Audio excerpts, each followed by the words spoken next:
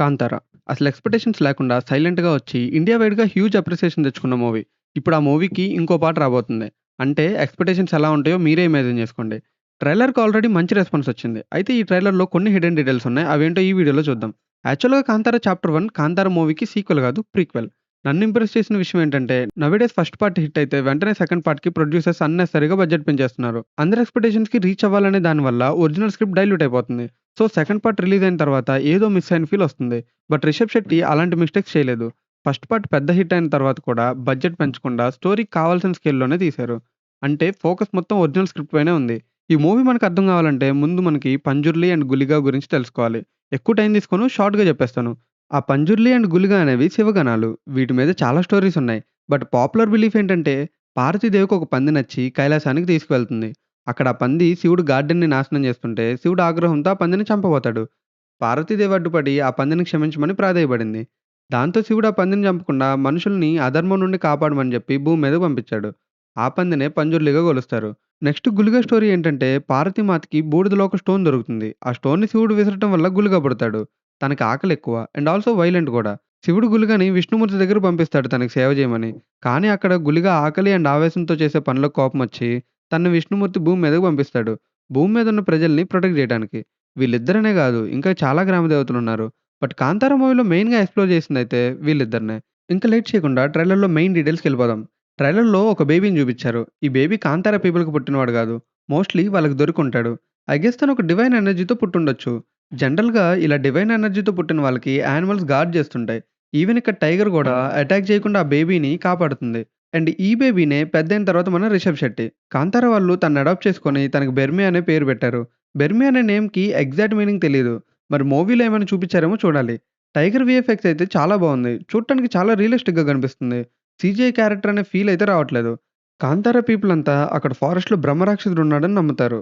So వాళ్ళు పండించిన పంటలో కొంత భాగాన్ని ఆ బ్రహ్మరాక్షసుడికని జెప్పి అడవి చివర పెడుతున్నారు. అదిక్కడ ఈ షాట్‌లో చూపించారు. ట్రైలర్‌లో 'కాంతార' ప్రజల లైఫ్ స్టైల్ ఎలా ఉంటుందో ఒక పిక్చర్ ఇచ్చేశారు. ఇక్కడ ఈ షాట్‌లో చూస్తే యానిమల్స్‌ని కాలుస్తున్నారు. సో సర్వైవల్ కోసం ప్లాంట్స్‌తో పాటు యానిమల్స్ మీద కూడా డిపెండ్ అవుతున్నారు. అండ్ ఈ షాట్‌లో చూస్తే ఇక్కడ ఈ డ్రమ్ గాని, అండ్ నెక్స్ట్ ఈ ఫిషెస్ పట్టడానికి యూజ్ చేసే ఐటెమ్ గాని, అండ్ ఇక్కడ ఇంత మాదిరి జూమ్ చేసి చూస్తే ఇక్కడ కూడా బ్యాంబూతో తయారు చేసిన చెప్పులు యూజ్ చేస్తున్నారు. బేసిక్‌గా వీళ్ళు డైలీ లైఫ్‌లో మోస్ట్‌లీ బ్యాంబూ మీద ఎక్కువ డిపెండ్ అవుతున్నారు. అండ్ దెన్ ఇక్కడ వాటర్‌లో త్రిశూలం సింబల్ ఉన్న ఒక స్టోన్‌ని చూపించారు. ఈ స్టోన్ ఒక నార్మల్ స్టోన్ అయితే కాదు. విష్ణుమూర్తికి ఎలాగైతే సాలగ్రామం అనే ఒక రాయి ఉందో, శివుడికి కూడా అలాంటి ఒక రాయి ఉంది. దాన్నే బనలింగం అంటారు. ఈ స్టోన్ అదే. ఈ షాట్‌లో పైనుంచి ఒక యాస్ట్రాయిడ్ పడుతున్నట్టు చూపించారు గదా! మా థియరీ ఏంటంటే అక్కడ పడింది ఈ స్టోనే అయ్యుండొచ్చు. ఈ స్టోన్ పట్టుకున్నప్పుడు ఈ అమ్మాయి ఫేస్‌లో ఏదో కొత్త విషయాన్ని చూస్తున్నా అని ఎక్సైట్‌మెంట్ కనిపిస్తుంది. తన వెనకాల ఉన్నవాళ్ళు కూడా అదేంటి అని ఆశ్చర్యంతో చూస్తున్నారు.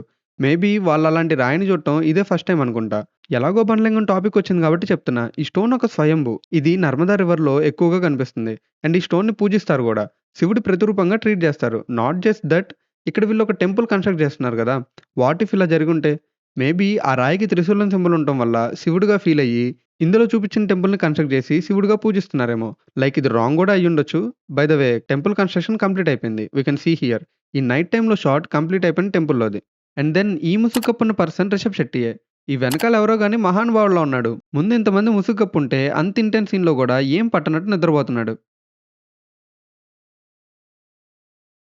ఇక్కడ రిషబ్ శెట్టి బాడీ పైన కొన్ని మార్క్స్ ఉన్నాయి. అవే మార్క్స్ ఈ సీన్‌లో అండ్ ఈ సీన్‌లో గూడా కనిపిస్తున్నాయి. ఇవి కొరడా దెబ్బలు కొట్టడం వల్ల వచ్చాయి. నాకు ఈ డీటెయిల్ బా నచ్చింది. యాక్చువల్‌గా వాళ్ళు కొట్టిన తర్వాత ఆ మార్క్స్‌ని అన్ని సీన్స్‌లో క్యారీ చేయక్కర్లేదు. బట్ ఆ డీటెయిల్ మిస్ అవ్వకుండా నెక్స్ట్ సీన్‌లో గూడా ఇంక్లూడ్ చేశారు. Which is great. And by the వే ఈ మూవీలో సీన్స్ అన్ని స్టంట్ డబుల్ లేకుండా రిషబ్ శెట్టి గారే తను ఓన్‌గా పెర్ఫార్మ్ చేశారు. ఈ విషయం ఒక ఇంటర్వ్యూలో చెప్పారు. ఈవెన్ ఈ రథం లాగే షాట్‌లో గూడా తనే ఓన్‌గా చేశారు. వెయిట్. రివైండ్ రివైండ్ చేయి క్లోజ్ కళ్ళు ఇంకా ఇంకా జూమ్ చేస్తే ఇక్కడ హ్యాండ్స్ కనిపిస్తున్నాయి. పక్కన హెల్మెట్ గూడా ఉంది. తినొక సోల్జర్. సోల్జర్ అయినా కూడా భయపడి కర్రను పట్టుకొని ఉండిపోయాడు. భయస్తుడనుకుంటా. ఇక్కడ రిషబ్ శెట్టికి అండ్ ఈ సైనికులకి ఫైట్ జరిగింది. ఆ ఫైట్ వల్ల తనని జైల్‌లో వేశారు. అండ్ దెన్ ఈ షాట్‌లో రిషబ్ శెట్టి జైల్ సెల్‌ని ఓపెన్ చేసి ఎస్కేప్ అవుతున్నాడు. అక్కడ కింద చూస్తే రెడ్ కలర్‌లో ఏదో వెలుగుతుంది గదా! ఇవి కూడా బేసికల్లీ జైల్ రూమ్సే. కాకపోతే డార్క్ రూమ్స్. 'ట్రిపుల్ ఆర్'లో రామ్ చరణ్ వేసిన డార్క్ రూమ్స్ లాగే ఈ రూమ్స్ కూడా. సో ఈ డార్క్ రూమ్స్‌కి వెంటిలేషన్ కోసం రూమ్స్ కింద కొంత గ్యాప్ ఇచ్చారు. అండ్ దెన్ ఈ సీన్‌లో ఈ పర్సన్ కాళ్ళు షేక్ అవ్వటం చూడొచ్చు. ఇతన్ని పంజుర్లి ఆవహించింది. అలా ఆవహించినప్పుడు బాడీ షేక్ అవ్వటం 'కాంతార పార్ట్ 1'లో గూడా చూసాం. ఇక్కడ తనని ఫ్రంట్ సైడ్ నుంచి చూడొచ్చు. అండ్ దెన్ ఇక్కడ రాజు ఫారెస్ట్‌ని తగలబెడుతున్నప్పుడు ఆ ఫైర్ మొత్తం పంజుర్లిలా కనిపిస్తుంది. ఇదొక మెటాఫర్‌లో చూపించారు. పంజుర్లి నేచర్‌ని కాపాడుతుందని. ఈ రాజు పంజుర్లినే చూస్తున్నాడు. తనిక్కడ ఈ ఫైట్‌లో చనిపోతాడనుకుంటా. ట్రైలర్‌లో ఇంకో షాట్‌లో తన కిరీటం మీద బ్లడ్ పడుతుంది. సో, తను చనిపోయాడనుకుంటా. నెక్స్ట్ ఈ షాట్‌లో ఇక్కడ స్టోన్స్ ఉన్నాయి గదా! వీడియో స్టార్టింగ్‌లో అన్నట్టు చాలా మంది గ్రామదేవతలున్నారు. ఇందులో ఒక్కొక్క స్టోన్ ఒక్కొక్క దేవుడు. అండ్ దెన్ ఈ షాట్‌లో కెమెరా యాంగిల్ బావుంది. ఇక్కడ రిషబ్ శెట్టి దేన్నో వెతుక్కుంటూ వెళ్తున్నాడు. అలా సెర్చ్ చేస్తూ ఈ గృహలో వెళ్తాడు. కేవ్‌కి వెళ్ళిన తర్వాత వచ్చే సీన్ ఇది. అక్కడి నుంచి తిరిగి వచ్చేది మాత్రం రిషబ్ శెట్టి కాదు. పంజుర్లి ఆర్ గులిగా. అండ్ దెన్ ఈ షాట్‌లో ఐస్ క్లోజప్‌గా చూపించారు. ఇవి రిషబ్ శెట్టి ఐసే. ఇక్కడ ఐలో జూమ్ చేస్తే తన కళ్ళ ముందున్న ఫైర్ కనిపిస్తుంది. థింగ్ ఏంటంటే జనరల్‌గా ఇలాంటి షాట్స్‌లో అంత జూమ్ చేస్తే ఎదురుగా కెమెరా కనిపిస్తుంది. బట్ ఇందులో కెమెరా కనిపించట్లేదు. అలా కనిపించకుండా షాట్ బాగా తీశారు. ఇక్కడ ఈ సీన్ చూస్తే ఈ స్టోరీ జరిగే టైం పీరియడ్‌కి బార్బిటల్ సిస్టమ్ ఇంకా ఉంది. ఎందుకు చెప్తున్నానంటే మీరు గమనిస్తే వీళ్ళు థింగ్స్‌ని ఎక్స్‌చేంజ్ చేసుకుంటున్నారు. అంటే అప్పటికింకా మనీ ఇచ్చి కొనుక్కునే మెథడ్ రాలేదు. సో ఈ మూవీ స్టోరీ జరుగుతుంది even before money exchange method కన్నా ముందయ్యి ఉంటుంది. ఆల్సో మీరు ఈ ఫ్రేమ్స్‌ని చూస్తే ఫారినర్స్ ఉన్నారు. లైక్ ట్రేడింగ్ కోసం వచ్చుంటారు. అండ్ దెన్ ఈ షాట్‌లో బల్బుని చూడొచ్చు.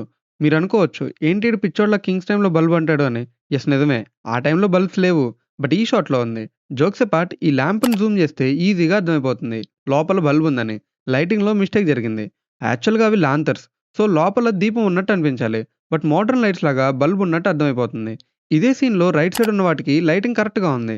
అవి సేమ్ లాంతర్స్ లాగే ఉన్నాయి. అండ్ దెన్ ఇక్కడ భూతకాల ఆడుతున్న ఒక పర్సన్ ఉన్నాడు గదా! తన పక్కనున్న పర్సన్ చనిపోతాడు. ఈ ఫ్రేమ్‌లో కనిపించే హెడ్ ఇతనిదే. ఆల్సో తనని ఇందాక చూసిన షాట్‌లో ఇక్కడ గూడా చూడొచ్చు. ఇక్కడ అబ్జర్వ్ చేస్తే ఎవరో ఒకతన్ని సైనికులు లాక్కొని తీసుకెళ్తున్నారు. ఇదే పర్సన్‌ని ఇక్కడ గూడా చూడొచ్చు. ఈ 2 సీన్స్ ఒకటే. ఎలా అంటే ఇక్కడ సాండ్ ఉంది. అండ్ నడుస్తున్న ఫుట్ ప్రింట్స్ గూడా ఉన్నాయి. మేబీ ఈ పర్సన్ రాజుకి అగెయిన్స్ట్‌గా ఏదో చేసుంటాడు. దానివల్లే సముద్రం దగ్గర ఇతన్ని పట్టుకొని ఈడ్చుకెళ్తున్నారు. తను బ్రతికే ఉన్నాడా లేదా అనేది డౌట్. వెనకాల ఇలా అతన్ని డ్రాగ్ చేసిన మార్క్స్ కూడా కనిపిస్తున్నాయి. కానీ ఇంకొంచెం వెనకాల కనిపించవు. సముద్రపు అలల వల్ల అవి చెరిగిపోయాయి. అండ్ దెన్ ఈ ఫ్రేమ్‌లో 2 టైప్స్ ఆఫ్ సైనికులున్నారు. Red and yellow. Maybe hierarchy base చేసుకొని ఇలా కలర్స్ వేరుగా ఉండుండొచ్చు. రెడ్ డ్రెస్ ఏసుకున్న వాళ్ళు యెల్లో డ్రెస్ సోల్జర్స్ కన్నా ర్యాంకింగ్‌లో సుపీరియర్ ఐ గెస్. ఈవెన్ వాళ్ళ దగ్గరున్న షీల్డ్స్ గూడా మచ్ ప్రొటెక్టెడ్ వన్. యెల్లో వాళ్ళదానితో పోల్చుకుంటే. ఇలా కూడా అవ్వచ్చు. ఇద్దరు వేరే వేరే రాజ్యపు సోల్జర్స్ అయ్యుంటారు. యుద్ధం కోసం అని చెప్పి లైక్ 2 రాజ్యాలు కలిసి పోరాడుతున్నాయి. అందుకే ఇక్కడ 2 డిఫరెంట్ ఫ్లాగ్స్ ఉండుండొచ్చు. యాక్చువల్‌గా మూవీ బడ్జెట్ తక్కువే అయినా విజువల్స్ అండ్ వీఎఫ్ఎక్స్ చాలా బావున్నాయి. స్కేల్ పరంగా ఫస్ట్ పార్ట్‌తో పోలిస్తే ఈ మూవీ పెద్దది. ఫస్ట్ పార్ట్ ఇండియా వైడ్ ఆడియన్స్‌కి నచ్చడంతో దీని మీద ఎక్స్‌పెక్టేషన్స్ ఎక్కువయ్యాయి. 'కాంతార 1' మూవీ టైంలో మూవీకి ఇనీషియల్‌గా ఎక్స్‌పెక్టేషన్స్ ఏమీ లేవు. సైలెంట్‌గా వచ్చి కంటెంట్ బావుంటుందో అందరి దగ్గర నుంచి అప్రిషియేషన్ తెచ్చుకుంది. బట్ ఈసారి అలా గాదు. ఫస్ట్ పార్ట్ సక్సెస్ వల్ల సెకండ్ పార్ట్‌కి ఎక్స్‌పెక్టేషన్స్ హైగా ఉన్నాయి అందరికి. సో ఈ ఎక్స్‌పెక్టేషన్స్‌ని మూవీ మీట్ అయిందా లేదా అని చూడాలి. రిషబ్ శెట్టి గారైతే మూవీని ఎలా తీయాలనుకున్నామో అలా తీసాం. ఫస్ట్ పార్ట్ హిట్ అయింది కదా అని స్క్రిప్ట్‌ని ఆడియన్స్‌కి ఇలా అయితే నచ్చిద్దేమో అని రాయలేదన్నారు. మా సజెషన్ గూడా ఏంటంటే మూవీ మీద ఎటువంటి ఎక్స్‌పెక్టేషన్స్ లేకుండా వెళ్ళండి. ఈ మధ్య రిలీజ్ అవుతున్న మూవీస్‌కి ఓవర్ ఎక్స్‌పెక్టేషన్స్ పెట్టుకొని వెళ్ళడం వల్ల మూవీ చూసిన తర్వాత ఏదో మిస్ అవుతున్న ఫీలింగ్ వస్తుంది. ఆల్సో ఈ మూవీకి acting, direction and writing Rishab Shetty గారే చేశారు. కన్నడ ఇండస్ట్రీలో మరో మైల్‌స్టోన్‌గా ఈ మూవీ మారుతుందనుకుంటున్నా. సో ఇంతే అమిగోస్. 'కాంతార' ట్రైలర్‌లో మాకు దొరికిన డీటెయిల్స్. మీకే డీటెయిల్ నచ్చిందో అలాగే మేమేదైనా మిస్ చేసుంటే కామెంట్ చేయండి. మరో ఇంట్రెస్టింగ్ వీడియోతో మళ్ళీ కలుద్దాం. Until then take care. Bye.